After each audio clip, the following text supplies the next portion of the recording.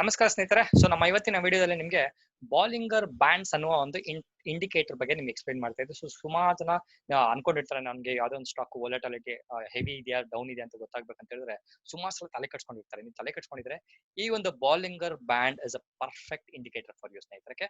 ಸುಮಾರು ಸಲ ನೀವು ಅನ್ಕೊಂಡಿರ್ತಾರೆ ಸ್ಟಾಕ್ ಮೂವ್ಮೆಂಟ್ಗೆ ನಾನು ಹಂಗೆ ಎಂಟರ್ ಆಗ್ಬೇಕು, ಹಿಂಗೆ ಎಂಟರ್ ಆಗ್ಬೇಕು, ಸ್ಟಾಕ್ ಅಪ್ ಮೂವ್ಮೆಂಟ್ ಆಗ್ತಿದೆ, ಎಷ್ಟು ಪ್ರೆಷರ್ ಇದೆ ಅಂತ ನಿಮ್ಗೆ ಗೊತ್ತಿರಲ್ಲ ಅಂತ ಹೇಳಿದ್ರೆ ಈ ಒಂದು ಇಂಡಿಕೇಟರ್ ತುಂಬಾ ಒಂದು ಹೆಲ್ಪ್ ಮಾಡುವಂತ ಒಂದು ಇಂಡಿಕೇಟರ್. ಓಕೆ, ಸೊ ಈ ಒಂದು ಇಂಡಿಕೇಟರ್ ನ ಡೆವಲಪ್ ಮಾಡಿರೋದಂದ್ರೆ ಸ್ನೇಹಿತರೆ ಜಾನ್ ಬಾಲಿಂಗರ್ ಅಂತ ಒಬ್ಬ ಪರ್ಸನ್ ಅನಲಿಸ್ಟ್ ಅಂತ ಅನ್ಕೊಂಡ್ರೆ ಅವ್ರು ಇನ್ವೆಂಟ್ ಮಾಡಿದ್ದಾರೆ ಅಥವಾ ಡೆವಲಪ್ ಮಾಡಿದ್ದಾರೆ. ಅದ್ರ ಜೊತೆಗೆ ಈ ಒಂದು ಇಂಡಿಕೇಟರ್ ವೊಲಟಿಲಿಟಿನ ಮೆಜರ್ ಮಾಡುತ್ತೆ. ಎಕ್ಸಾಂಪಲ್ ಒಂದು ಸ್ಟಾಕ್ ಮೂವ್ಮೆಂಟ್ ಅಪ್ ಮೂವ್ಮೆಂಟ್ ಆಗ್ತಿದೆ ಅಂತ ಹೇಳಿದ್ರೆ ಎಷ್ಟು ಪ್ರೆಷರ್ ಇದೆ ಅಂತ ಗೊತ್ತಾಗ್ಬೇಕಂತ ಹೇಳಿದ್ರೆ ಈ ಒಂದು ಸ್ಟಾಕ್ ಅಥವಾ ಒಂದು ಪರ್ಟಿಕ್ಯುಲರ್ ಸ್ಟಾಕ್ ಮೇಲೆ ಈ ಒಂದು ಇಂಡಿಕೇಟರ್ ಯೂಸ್ ಮಾಡಿದ್ರೆ ಪ್ರೆಷರ್ ಹೆಚ್ಚಿಗೆ ಆಗ್ತಾ ಹೋಗುತ್ತೆ, ಬಲೂನ್ ತರ ಊದ್ಕೊಂತ ಹೋಗುತ್ತೆ. ಓಕೆ, ನಿಮ್ಗೆ ಎಕ್ಸಾಂಪಲ್ ಸಹ ಕೊಡ್ತೀನಿ.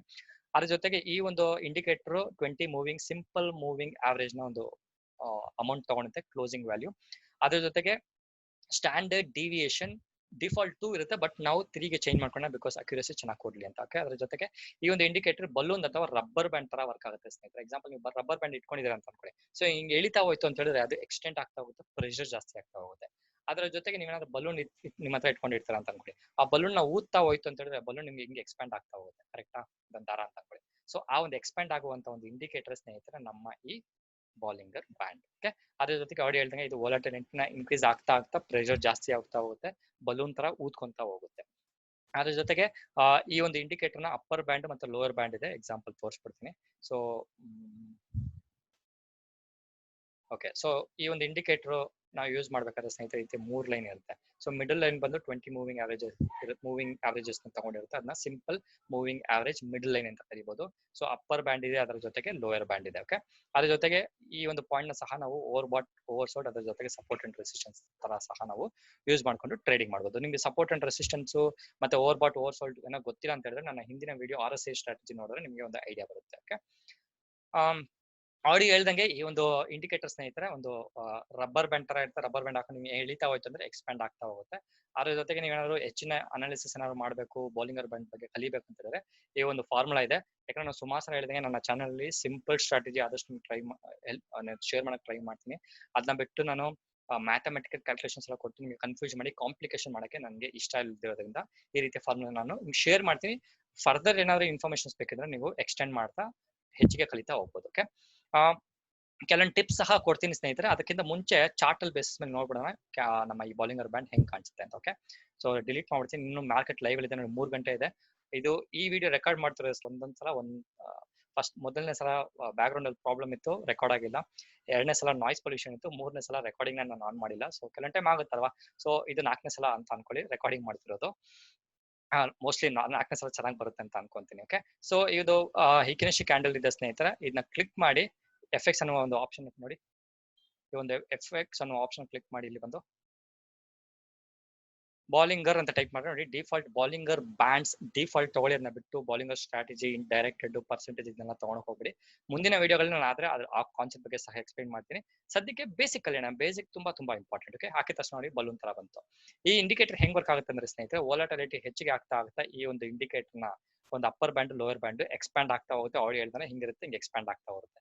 ವೊಲಟಿಲಿಟಿ ಅಂದ್ರೆ ಏನು? ಹೆವಿ ಮೂವ್ಮೆಂಟ್ ಅಪ್ ಮೂವ್ಮೆಂಟ್ ಆಗಿರ್ಬೋದು, ಹೆವಿ ಮೂವ್ಮೆಂಟ್ ಡೌನ್ ಮೂವ್ಮೆಂಟ್ ಆಗಿರ್ಬೋದು, ಆ ರೀತಿಯ ಒಂದು ಇಂಡಿಕೇಶನ್ ಸಹ ಕೊಡುತ್ತೆ.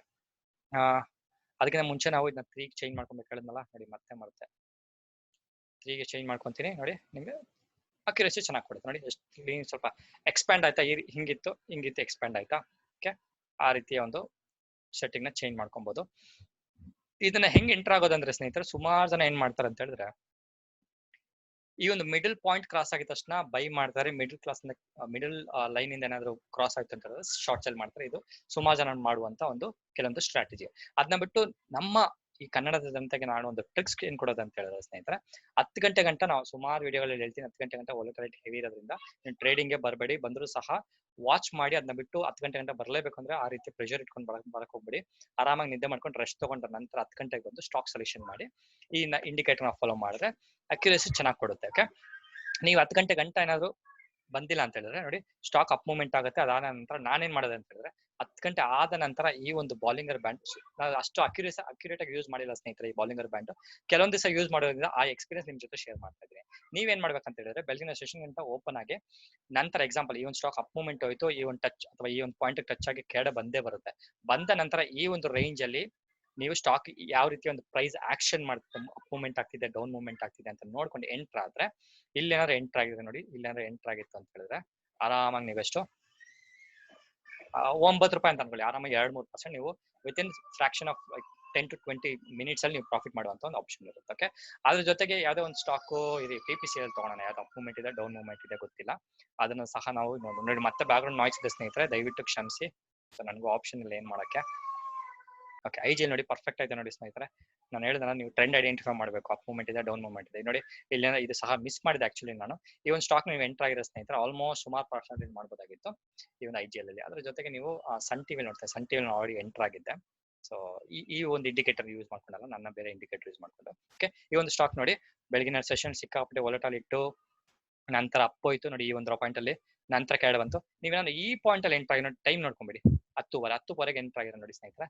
ಇಲ್ಲಿಂದ ಇಲ್ಲೇನಾದ್ರು ಎಂಟರ್ ಆಗಿತ್ತು ಅಂತ ಹೇಳಿದ್ರೆ ಇಲ್ಲಿಗೆ ನೋಡಿ 2 ರೂಪಾಯಿ ಪ್ರಾಫಿಟ್. ಸೊ ಇಂಟ್ರಾಡಲ್ಲಿ ಮಿನಿಮಮ್ 1 ರೂಪಾಯಿ 2 ರೂಪಾಯಿ ಒಂದು ಸ್ಟಾಕ್ ಮೇಲೆ ಅಥವಾ 200-300 ರೂಪಾಯಿ ಇರುವಂತ ಸ್ಟಾಕ್ ಮೇಲೆ ನಿಮ್ಗೆ ಬಂತು ಅಂತ ಹೇಳಿದ್ರೆ ಅದು ಸೂಪರ್ ಪ್ರಾಫಿಟ್ ಸ್ನೇಹಿತರೆ. ಪರ್ಸೆಂಟೇಜ್ ಬೇಸ್ ಕನ್ಸಿಡರ್ ಮಾಡಿದ್ರೆ ಸೂಪರ್ ಡೂಪರ್ ಪ್ರಾಫಿಟ್ ಅಂತ ಹೇಳಿದ್ದು ಇಂಟ್ರಾಡಗೆ.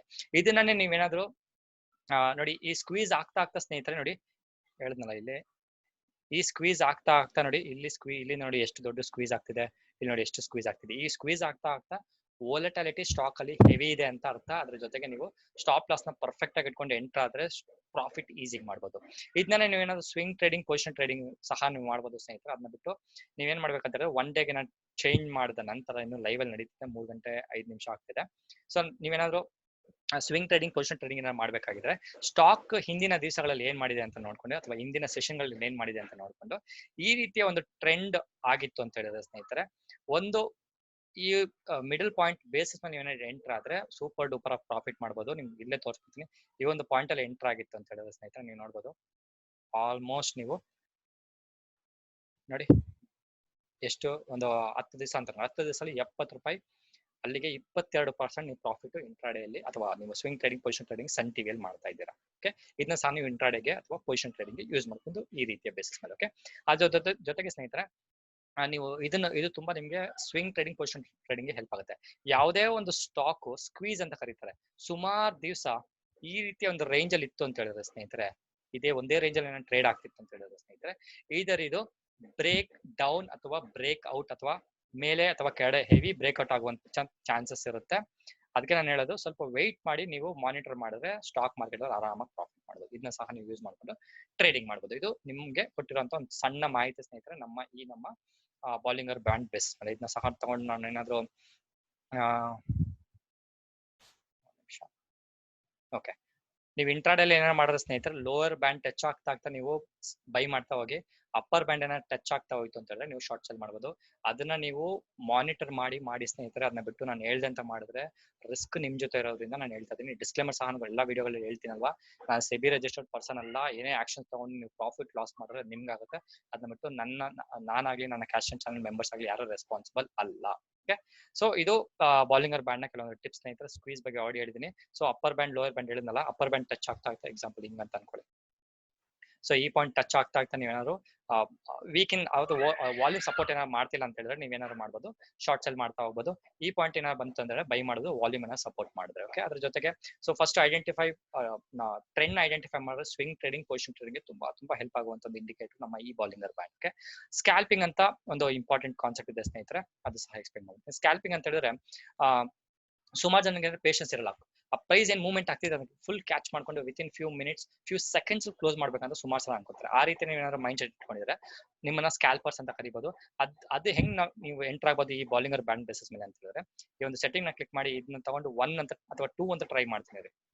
ಸೊ 2 ಅಂತ ಮಾಡಿದ್ರೆ ನೋಡಿ ಈ ಒಂದು ಸ್ಟಾಕ್ ನೋಡಿ ಪ್ರೈಸ್ ನೋಡಿ, ಈ ಕ್ಯಾಂಡಲ್ಸ್ ನೋಡಿ ಈ ಅಪ್ಪರ್ ಬ್ಯಾಂಡ್ ಇಂದ ಹೊರಗಡೆ ಹೋಗ್ತಿದೆ. ಈ ಹೊರಗಡೆ ಹೋಗ್ತಾ ಇರ್ಬೇಕಾದ್ರೆ ನೀವು ಅಡ್ವಾಂಟೇಜ್ ತಗೊಂಡು ಪ್ರಾಫಿಟ್ ತಗೊಂಡು ವಿತಿನ್ ಫ್ಯೂ ಸೆಕೆಂಡ್ಸ್ ಅಥವಾ ಫ್ಯೂ ಮಿನಿಟ್ಸ್ ಅಲ್ಲಿ ಎಕ್ಸಿಟ್ ಆದ್ರೆ ಅದನ್ನ ನಿಮ್ಮನ್ನ ಸ್ಕ್ಯಾಲ್ಪರ್ಸ್ ಅಂತ ಕರಿಬಹುದು, ಅದನ್ನ ಸ್ಕ್ಯಾಲ್ಪಿಂಗ್ ಟ್ರೇಡಿಂಗ್ ಅಂತ ಕರೀತಾರೆ.